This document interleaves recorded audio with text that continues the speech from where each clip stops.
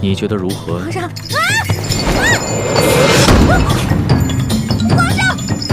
宣易欢姑娘侍寝。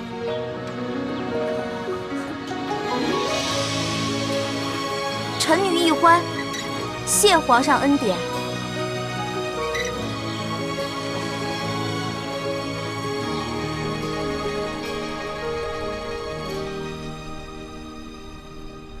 清晨的风吹如花，落入尘世的繁华。爱迎来卷风沙，恨不过一生的牵挂。愿做他掌上的明珠，献上我纯真的祝福。你越照我心，献情礼物，留下无悔的情愫。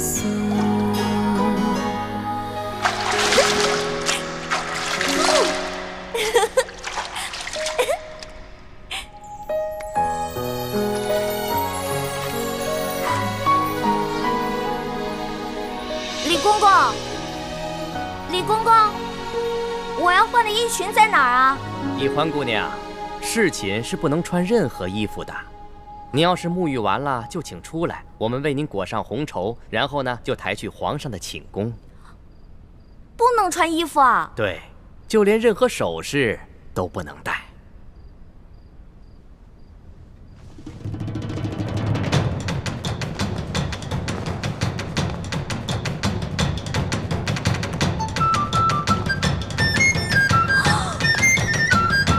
那你别进来啊！出去，出去，出去！你们出去！不行，必须由我们亲自给你裹好红绸，顺便检视一下易欢姑娘的身体皮肤状态，看看有没有突发的瑕疵，以防止易欢姑娘夹带其他的物品。那哪行啊？男女授受不亲。要不这样，你们先出去，等我穿好了叫你们。敬事房太监主要负责皇上和后宫所有嫔妃的房中之事。易欢姑娘入宫之后，难道就没有学习过吗？学是学过了，但我现在不是还有点不习惯吗？这你们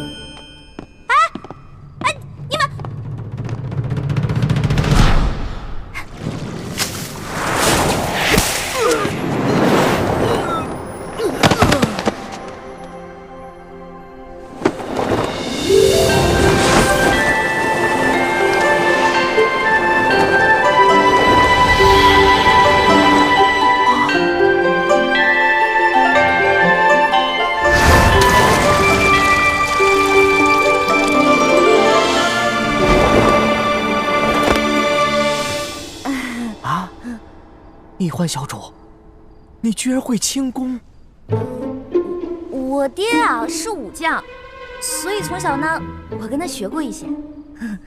公公啊，我也知道这宫里的规矩啊不能破，但是有的时候，咱是不是可以商量一下？我进宫之前呢，我爹给我留了许多提起钱，明天我好好重谢3位公公，怎么样？好吧，那只此一次啊，下不为例。知道了。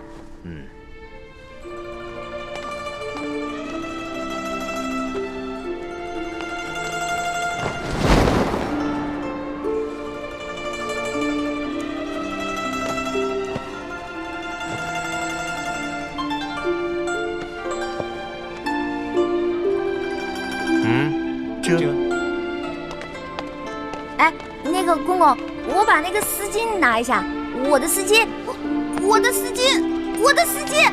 哎，公公，易欢姑娘，别说丝巾了，一根丝线都不能带。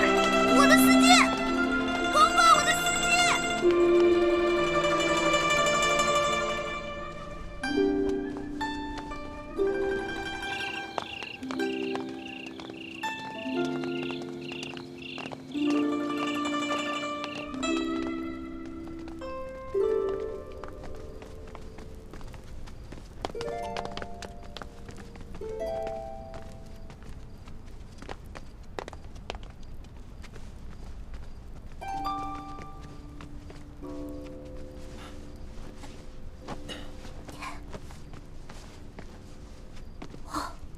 一欢姑娘啊，一会儿皇上可就来临幸你了，可千万不要忘了之前学过的规矩哦，好好的侍奉皇上。嗯。好，挂帘子。这。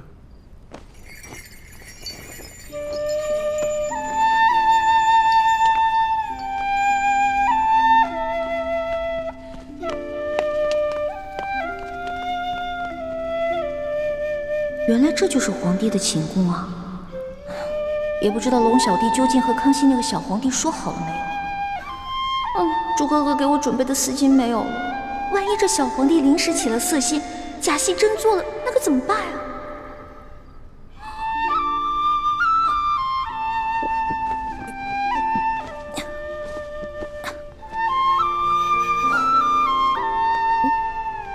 完了！朱哥哥要是看到我穿成这个样子，肯定会气个半死。要不趁这个小皇帝还没来，我赶紧溜了吧。万一那个小皇帝怒撩砍我的脑袋，那龙小弟肯定会帮我求情啊。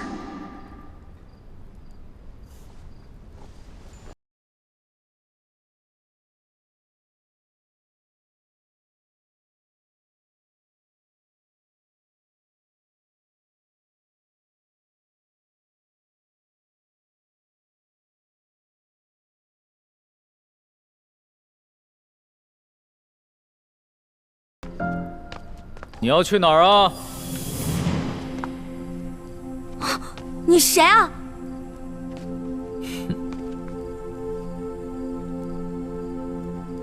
除了朕，还能有谁啊？你是皇上？你是皇上，为什么要戴面具啊？朕喜欢在临幸后宫嫔妃之时，玩一些有情趣的小游戏。臣女一欢叩见皇上，皇上万岁万岁万万岁！起来吧，这里又没有外人，不必那么拘束。谢皇上。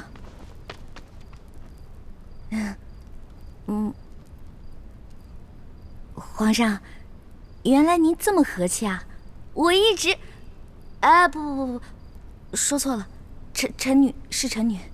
没关系，这里没有外人，朕允许你自称我，这样说起话来才更自在。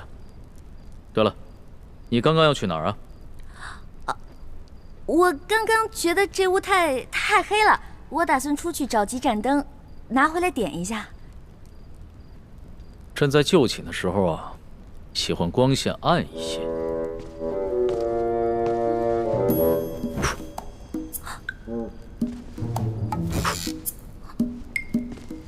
皇上！您别把最后一盏灯也吹灭了，我怕黑。别怕，有朕。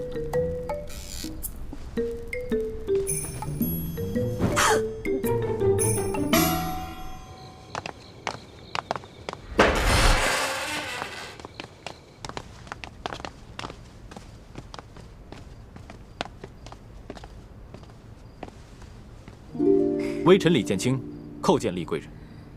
李太医免礼。谢厉贵人。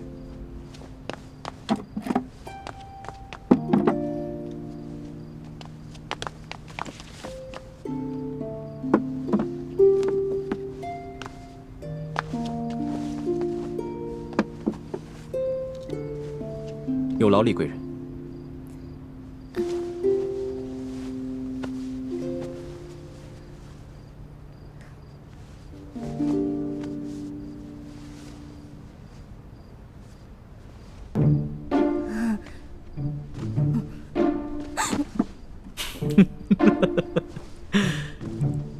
你看起来好像在发抖啊，很怕朕啊？我没有，我只是觉得这屋子比较冷而已。哦，你穿的这么少，难怪会冷。要不然这样，你到朕的龙床上躺一会儿，盖着被子暖暖身子。让我上床，这小皇帝果然没安好心。我突然不冷了。那就让朕抱抱你，替你暖暖身子。你果然很怕朕啊！可是朕听龙三说过，你的胆子一向很大，你在他面前提起朕来，那可是从来都不怕的呀。皇上，我不是怕你，我就是怕你离我太近了。咱不是说好了的吗？朕和你说好了什么呀？不是我跟您说好的，是龙三跟你说好的。您忘了，咱们这次只是将计就计，您假装宠幸我，为了博取鳌拜的信任啊。今天晚上的事情是假的，不是真的。朕确实是和龙三定下了这条将计就计之策。只是这漫漫长夜，何苦虚度？咱们也不必演戏了，就让朕真的信了你。再说了，这全天下又有哪一个女子不想做朕的女人呢？皇上，这天下女子也不尽是贪图荣华富贵之辈啊。对大多数女人来说，她们与其与这个后宫佳丽3000争宠，不如找到一个白头偕老、心心相印的有情人。那唐代鱼玄机就说过呀：“易得无价宝，难得有情郎。”朕自13岁大婚以来，还从未有人跟朕说过这样的话。皇上，您生气了？你不会砍我头吧？你当朕是杀人狂魔吗？动不动就随便砍别人的头。你这句话非但没有激怒朕，反倒更加激起了朕的兴致。我看咱们也不必苦苦做戏了，就让朕真的信了你。待共度良宵之后，朕便封你做贵人。皇上，你觉得如何？皇上，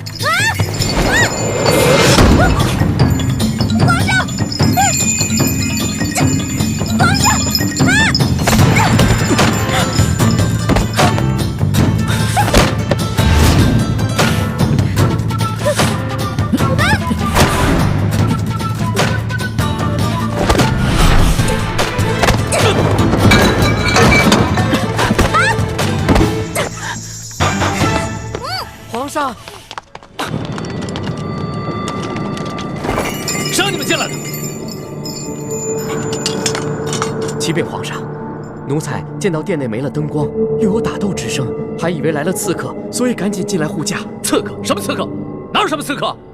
没有朕的旨意，谁也不许进来。这……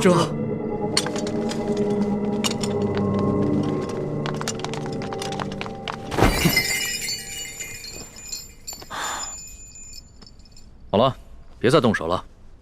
再动手的话，真把你当刺客，你这颗脑袋就真的搬家了。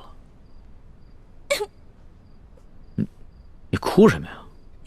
皇上欺负人！朕怎么就欺负你了？是你先对朕出的手啊！这还是第一次有人敢在朕的龙床上对朕大打出手，只怕也是古往今来第一个敢在龙床上对皇帝大打出手的女人吧？皇上强词夺理，明明就说好了，还强迫人家，人家不想反抗还不让，反抗打不过人家就吓唬人家，哪有这样的？朕有你说的那么不堪吗？好了，别哭了。要是被外边的太监给听见了，不知道的还以为朕欺负你一个弱女子呢。那皇上你离我远点，我就不哭了。你让朕远点，朕就远点，那朕岂不是很没面子？龙小弟，你在哪儿啊？你还说皇上是个正人君子，结果皇上就欺负我一个弱女子。来，好了，别哭了。朕不跟你这个小女子一般见识。